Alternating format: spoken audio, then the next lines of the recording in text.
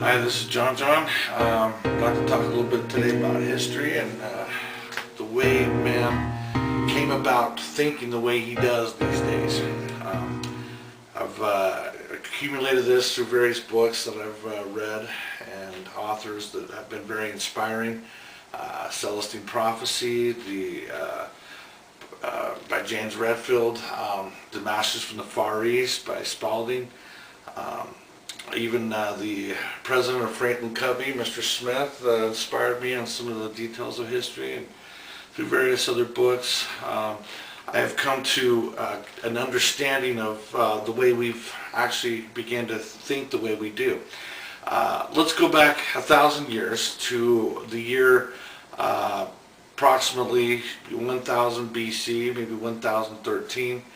It was around the time of the Renaissance when Martin Luther was actually beginning to question the Catholic Church and was beginning to question some of the things that were happening in that time. For example, there was at one time 2 popes that were fighting, as much as 3 popes actually, that were fighting for the title of pope, and because of that they needed a lot of money to finance these wars, and so they came up with a sale of indulgences.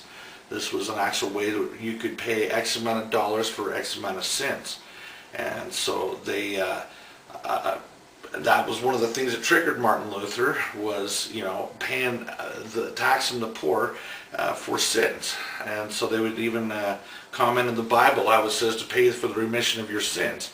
That is not what it meant. It was to actually, in my opinion, pay for it with a broken heart and a contrite spirit. So anyway, Martin Luther nailed up the 94 questions up at the Church of Wittenberg, Germany, and he literally challenged and wanted answers from the Catholic hierarchy to these 94 questions. And so he would post them on the door. People would come up and read these, and then they would ask the same questions, like, yes, we wanted to know the answers. So what happened was the Renaissance began to happen. Now, before the Dark Ages, man knew that the earth was round. We knew very clearly back in the days of Abraham and Enoch even. These were very good astronomers, and they knew the world was round as well. And so with the Dark Ages, after the death of Jesus and his apostles, a lot of the Catholics obviously said, well, since we cannot destroy the church without, we must accept Christianity and try to destroy it from within. And so this is what started with the Constantine being not only the last emperor of Rome, but also the first pope in Rome. And so they, were finding, by killing so many Christians in these arenas, that they were gaining more followers, because these people were seeing the bravery of these Christians that were facing and staring death and still holding true to their faith. And so an explosion of Christianity happened throughout the West, and brought us to the point where we are now, in the Americas. So going back to the days again of the Renaissance, after the, Renaissance, if you will, man lost his faith in the way things were created. After, they started to, see a break off from the Catholic Church. For example, many of the rich men of Germany came up to Martin Luther asking him to head up a church. Now, it wasn't Martin Luther's, intention to start another church or to even break off. He just wanted to get, answers to these questions. And so he, through a few attempts on his life, finally gave in and started the Lutheran Church. Now, never did he claim to see God, never did he claim to, have divine, revelation. He was just merely, starting the right for man to read the scriptures as they will and to determine their own, interpretations. Because up until then, it was even illegal. In fact, in some parts of the world, up to 1950, it was considered wrong for the masses to read the Bible. It was up to the priests to actually read the scriptures for them and to interpret it the way that their teaching and scholastic knowledge interpreted for the masses. And so once the break-off happened and the Protestant movement began to take place, man lost his faith in these churchmen, these men that were man's link between man and God. They were the ones to tell us God's will, and at the time the earth was flat, and the earth was the center of the universe, and the sun, the planets, and everything rotated around us. So at that time, man literally lost his faith in himself as being the center of the universe. Because before that, Galileo had already proven that the earth was round. He had already proven that we rotate around the sun. But at that time, it was the Dark Ages. No more revelation was being given to man. And so man then created what we call now as modern science. He had to have evidence. He had to have proof of before he would believe anything. And so they found that we're not going to believe something now unless we can go out and find our own evidence. Now, that worked for a while until it got to the point where we literally couldn't prove certain questions that we were asking. Now, we learned a lot about nature. We learned a lot about the natural laws that govern this planet. But then we begin to ask ourselves, well, why are we here? Where did we come from, and where are we going? And so they literally set up a team of explorers to go out and find the answers to these questions, armed with the scientific method, to where they were going to now explore the most furthest regions of the world and come back with the answer to life's biggest questions, which is the purpose of life. And so they did that very thing, and they sent them out. They went out to the universe, or to the far regions of the world. And because the question was so complex, because it was so such a deep question, they didn't come back right away. They didn't, this wasn't a Holy Grail type of thing. This was beyond that. They were actually trying to find, the purpose of all this.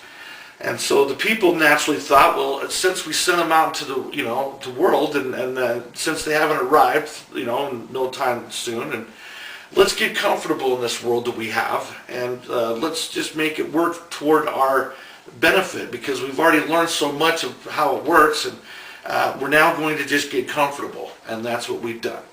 And so for the next 1,000 years, man has been preoccupied with his original question, which was the purpose of life. And so now we got more cozy mattresses, we got a better house, we got all these secular things that preoccupied us, it distracted us from our original question. And so now life in and of itself, of being comfortable and having toys and money, has now become a substitute to life itself, which was our original answer. And so now we're finding at the dawn of a new millennia that original question is now being asked again, is, what is the purpose of life, and why are we here? And so now we're going to again step back in history and see what happens. So again, we have a Protestant movement that's now questioning everything. The Catholics rise up and start slaughtering millions. More people died in the name of religion than any other cause in history. And so these people finally got so fed up that they thought, Columbus just discovered this land, America, and we're going to, let's leave this place because, we're dying off left and right. Here we can go worship where we want.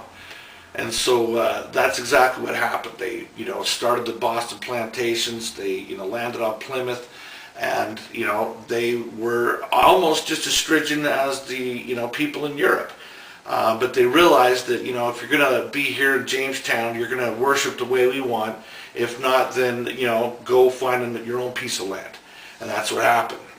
Providence started through, various other, enlightened people. And America began to be the 13 colonies of the 13 different ways of thought. Each colony was originally started from, different religions and different ways of thinking.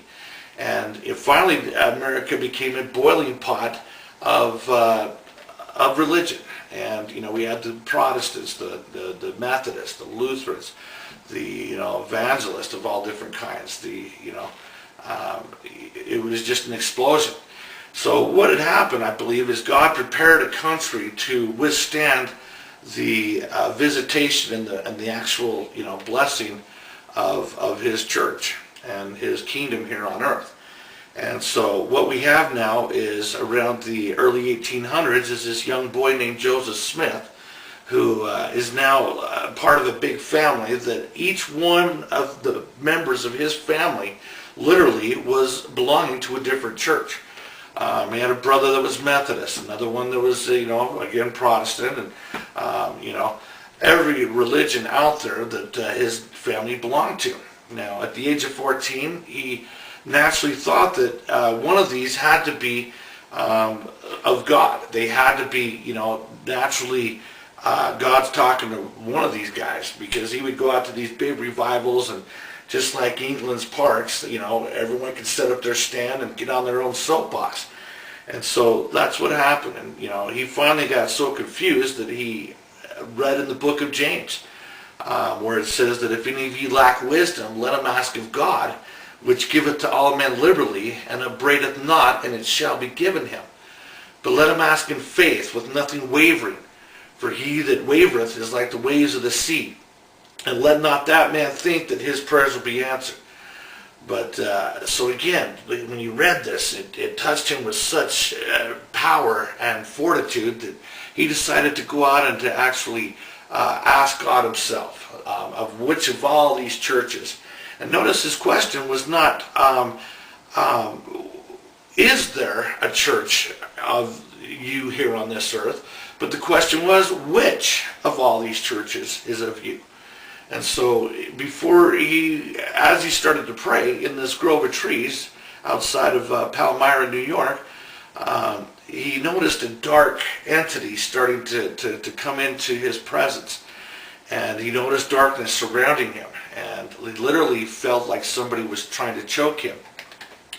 And he was praying profusely for deliverance. He was praying for relief from this, darkness that had overcame him.